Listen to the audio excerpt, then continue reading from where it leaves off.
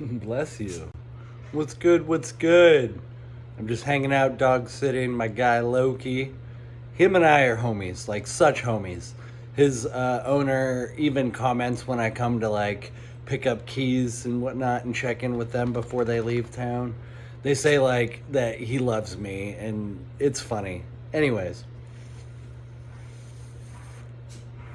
I've been seeing a lot of YouTube videos and YouTube content creators talking about things like 3 months sober and what it feels like a week after no weed. And so I figured I should make my own video. Except, fuck that noise, because weed makes my life so much better. At this place in time, weed makes my life so awesome. I'm currently sipping a little coffee, smoking a little joint, hanging out with Loki, my brokey, and I'm doing great. I love it. So the title of this video is not wrong. I'm intentionally making this video what it's like to be on weed after years of being on weed. Oh man, it's funny. My personal journey with cannabis started, about 10 years ago. I'm 37 now. I think I started smoking right around 27. I had always believed for the longest time that it was really, really, really bad. And then I evolved, I grew. I realized, okay, wow, maybe it's not so bad. It became legal, and I was like, I should try it. And I tried it, and I was like, whoa, this is way better than being drunk. I don't really like being drunk. If I can get a good buzz, which sometimes I do once a month, I'll go get a burger and 2 beers. And those 2 beers, and if I time everything right, I get a good buzz.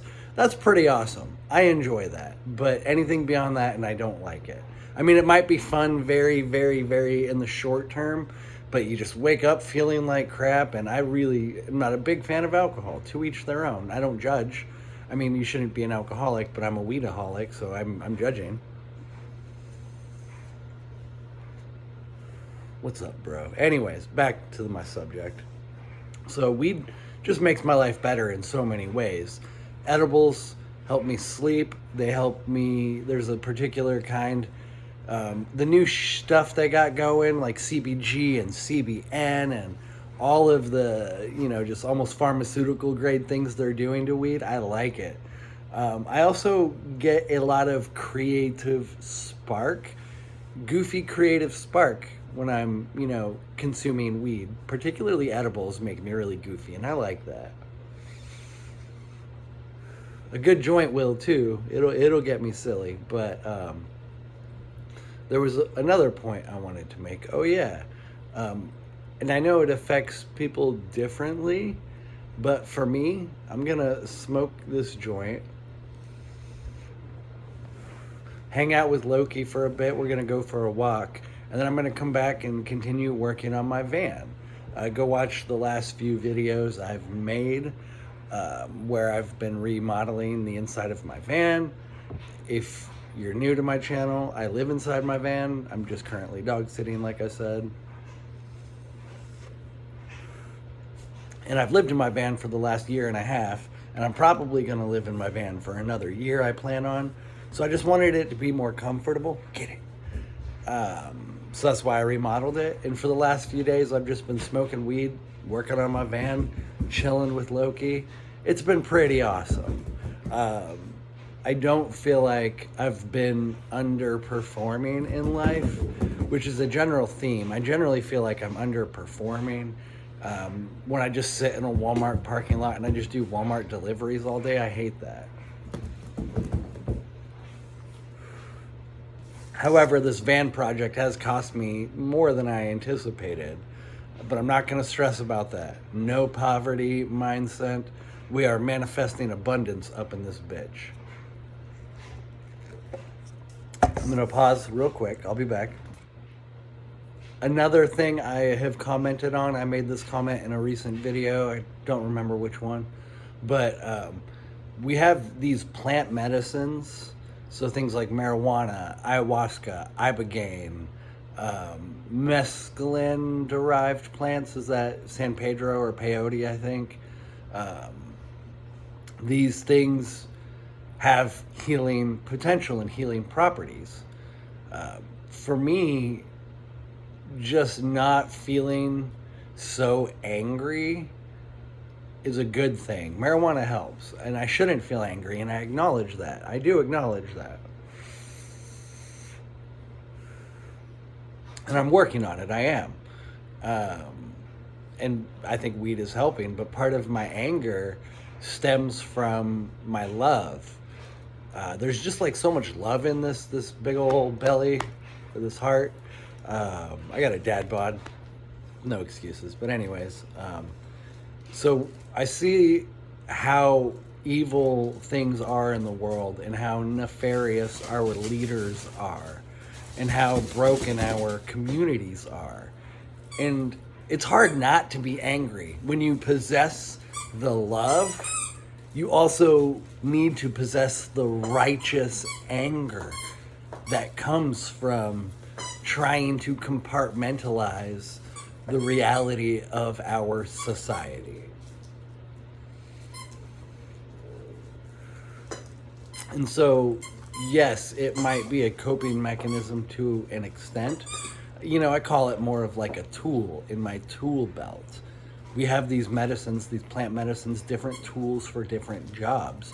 Right now, my job is to figure out how to make a living in a broken, corrupt world, how to provide for a family, how to get land, how to generate value for my community. But my community is super broken. And so I need to also learn how to transmute or alchemize. I'm making this prediction right now.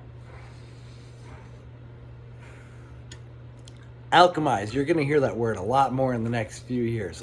I don't have much money, but I'd bet you money. Because it's just another way of like, it's a cooler way of saying transmuting. So turning one thing into another, like the philosopher's stone is often talked about with alchemy, turning lead into gold. Metaphysically or psychically, psychologically, to alchemize something, to take a negative emotion and to turn that energy into a positive somehow. So taking the anger that I feel when I look out into our communities and turning it into something beautiful and bright and positive, which is partially what this YouTube channel is about, is me trying to alchemize some of that anger. There will be a point, no doubt in my mind, where I won't smoke nearly as much weed as I do. I know that. That's going to happen in my life. But right now, it's been a wonderful aid in my alchemizing journey. And eventually, yeah, I will need to step away. But there's so much work left to do on this planet. And then let me wrap up with this final piece of sort of rambling. I believe that this reality construct that we sent our souls to, or that our souls came to, or whatever is going on here, its purpose is to be interacted with. Interaction and experience go hand in hand, right? So interactions enable experiences. Experience is the ultimate purpose of this planet, of this carnation. It's like the meaning of life. And so when I think of the planet giving us this plant that we don't really have to do much more than give it water and sunlight and love. I know, I guess cannabises are a little bit finicky, but you can grow it outdoors. So just give it water, sunlight, some good soil and love, and it provides us with this interaction that we have with it, this tremendous kaleidoscopic experience, or a potential of experiences.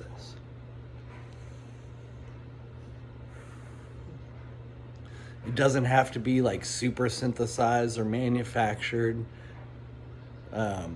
which I think, and this is, I don't want to go too far down this last rabbit hole, but theoretically, even things we synthesize come from the planet to an extent, right? But at what level of modification or synthesization, does something lose its essence and become sort of not organic or not natural?